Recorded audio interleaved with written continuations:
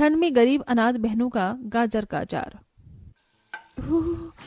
पानी तो एकदम बर्फ है, हाथ भी नहीं चल रहा। गरीब तुलसी ठंड में ठिठुरती हुई बर्तन मांज रही होती है। उसका एक ध्यान बर्तनों पर तो एक ध्यान उसकी तीनों गरीब बेटियों पर बटा था, जो कड़ाके की उस ठंड में झोपड़ी में बैठे उसका इंतजार कर रही थी। तभी 8 साल की मोनी ने भूख से कहा, दीदी, माँ कब आएगी? मुझे बहुत भूख लगी है और ठंड भी लगी है। मोनी मेरी बहन, थोड़ी देर और इंतजार कर ले, माँ बस आती ही होंगी। तुलसी की तीनों बेटियां उसका इंतजार कर रही होती हैं। वहीं दूसरी तरफ वो दुख उठाकर अमीरों के घर बर्तन मांज रही थी। तभी वसुंधरा उसके आगे और भी गंदे बर्तनों का ढेर पटक कर कहती है, तुलसी, ये सारे बर्तन भी मांज कर जाना। और ये क्या, तूने अभी तक पहले के बर्तन नहीं मांजे? इतने धीरे हाथ चलाएगी तो कैसे काम चलेगा? मेम साहब, आज मेरी तबीयत ठीक नहीं है। लेकिन अमीरों के मन में कहाँ दया होती है। बर्तन मांज कर तुलसी पैसे मांगती है। मेम साहब, देरी हो रही है, पैसे दे दीजिए।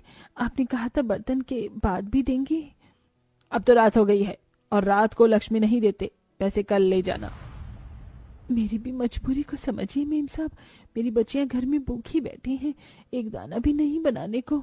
मैं क्या उन्हें खिलाऊंगी इस ठंड में? कह दिया ना, अब चल जा, मेरा दिमाग मत खा। तुलसी दुखी मन से घर लौट आई। घर में थोड़े से गेहूं के सिवा कुछ भी नहीं था। वो हाथ चक्की पर गेहूं पीसकर रोटी बनाने लगती है। बड़ी मुश्किल से गिनकर 3 रोटी बनी है, अचार के साथ खिला दूंगी। तुलसी ने अचार देने के लिए डिब्बा उठाया तो देखा कि उसमें थोड़े से मसाले के सिवा कुछ भी नहीं था।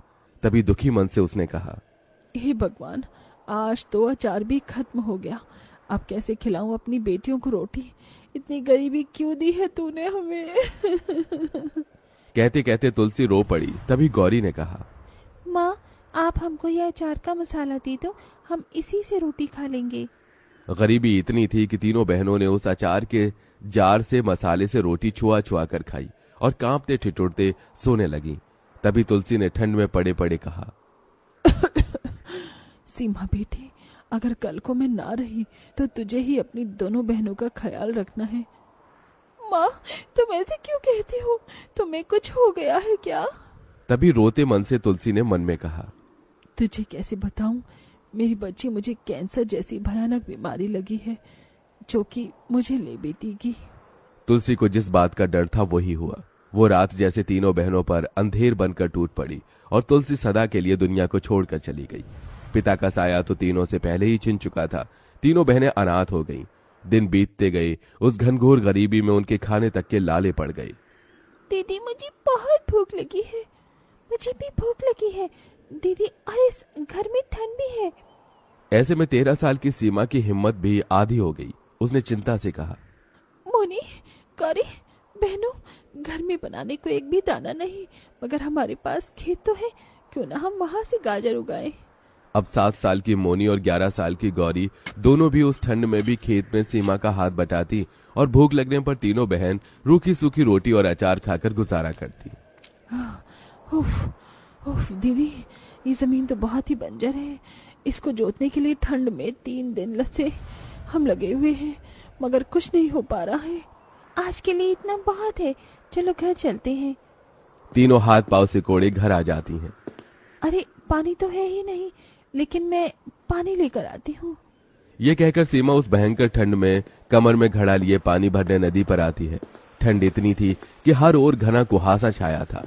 तभी नदी से अपना दुख जताते हुए उसने रोकर कहा, हे नदी, तुम कितना पुण्य कमाती हो, प्यासे को पानी देती हो, और अगर मैं तो अपनी बहनों की भूख भी नहीं मिटा पा रही हूँ। लोगों ने इस नदी को कितना गंदा कर दिया, किसी को तो इसे साफ करना होगा। ये कहकर सीमा भयंकर ठंड में नदी में से कचरा चूमती है। तभी नदी की देवी उसे दर्शन देती हैं। सीमा हाथ जोड़कर कहती है, हे देवी, आप कौन हैं? मैं गंगा हूँ। तुमने सच कहा, मैं लोगों की प्यास मिटाती हूँ, लेकिन फिर भी लोग मुझ गंगा को मैला कर जाते हैं। मगर तुमने मुझे साफ किया है, इसीलिए अब मेरा ये पहला जल मैं तुम्हें देती हूँ। इसे ले जाकर अपने बंजर खेत में बो देना, और फिर देखना उसमें जादुई लाल गाजर उगेंगी। आपका धन्यवाद देवी गंगा। पानी ले जाकर सीमा अपने खेत में छींटे देती है और अगले दिन जब खेत पर जाकर देखती है तो पूरी जमीन जादुई लाल ताजा गाजर से भरी होती है, जिसे देख तीनों अनाथ बहनें बहुत खुश होती हैं। देखो दीदी, हमारी जमीन पर कितनी सारी जादुई लाल लाल गाजर उगे हैं, मगर इतनी सारी गाजर का हम करेंगे क्या? तभी एकदम से सीमा को अपनी माँ का अचार बनाना याद आता है। क्यों ना हम तीनों बहनें इस जादुई लाल गाजर का अचार बनाकर बेचें। वैसे भी ठंड के मौसम में लोग सबसे ज्यादा पराठे खाते हैं और पराठों पर तो अचार ही चलता है। हाँ दीदी, ये अच्छा है। फिर तीनों बहनें खेत से उन जादुई गाजरों को तोड़कर घर ले आती हैं और अचार बनाना शुरू करती हैं। गौरी, मोनी, तुम दोनों गाजर काटो, मैं अचार का मसाला बनाती हूँ। ठीक है दीदी। तीनों बहनें अचार बनाकर उसे बेचने के लिए ठंड में बाजार में आती हैं, जहां ठंडी ठंडी हवाएं चल रही थी। लोग सर्दी के उस सुहावने मौसम में घूमने फिरने निकलने पर वो तीनों बहनें कमाने के लिए निकली और 11 साल की गौरी धुआंधार आवाज लगाती है। आओ आओ आओ चाचा, काका, मौसी, और खाओ ठंड में मस्त स्वादिष्ट गाजर का अचार। एक बार खाओगे बार बार खाओगे। एक एक करके लोग अचार खरीदने उनके पास आने लगे और उनकी पहली ग्राहक बनकर आई अमीर घर की अर्पिता। अरे क्या भाव दिया है ये गाजर का अचार? तभी तपाक से मोनी ने कहा, 10 रुपए में 1 पाव और 40 रुपए किलो है मैडम जी। जरा एक फाक चखा दो। हाँ हाँ मैडम जी, लीजिए ना, खाकर देख लीजिए। जैसे ही वो ग्राहक गाजर के अचार का एक फांक खाती है तभी खुश होकर कहती है, अरे वाह, तुम तीनों बहनें तो बहुत ही बढ़िया अचार बनाती हो। किसने सिखाया? माने? ये सुनते ही तीनों की आंखें भर आईं। हमारा कोई नहीं है मैडम जी, हम तीनों बहनें अनाथ हैं। ये सुनकर अर्पिता का दिल निकल आया और उसका ध्यान तीनों पर गया। न तो उनके तन पर गर्म कपड़ा था और न पैरों में जुराब या चप्पल। तभी दया से भरकर उसने कहा, तुम 1 किलो गाजर का अचार मुझे बांध दो और ये 500 अलग से तुम्हारे लिए स्वेटर खरीद लेना। तभी सीमा ने कहा, मैडम जी, हमें ये पैसे नहीं चाहिए। मैं कहती थी कि किसी से ऐसे पैसे नहीं लेती, कर्ज चढ़ता है।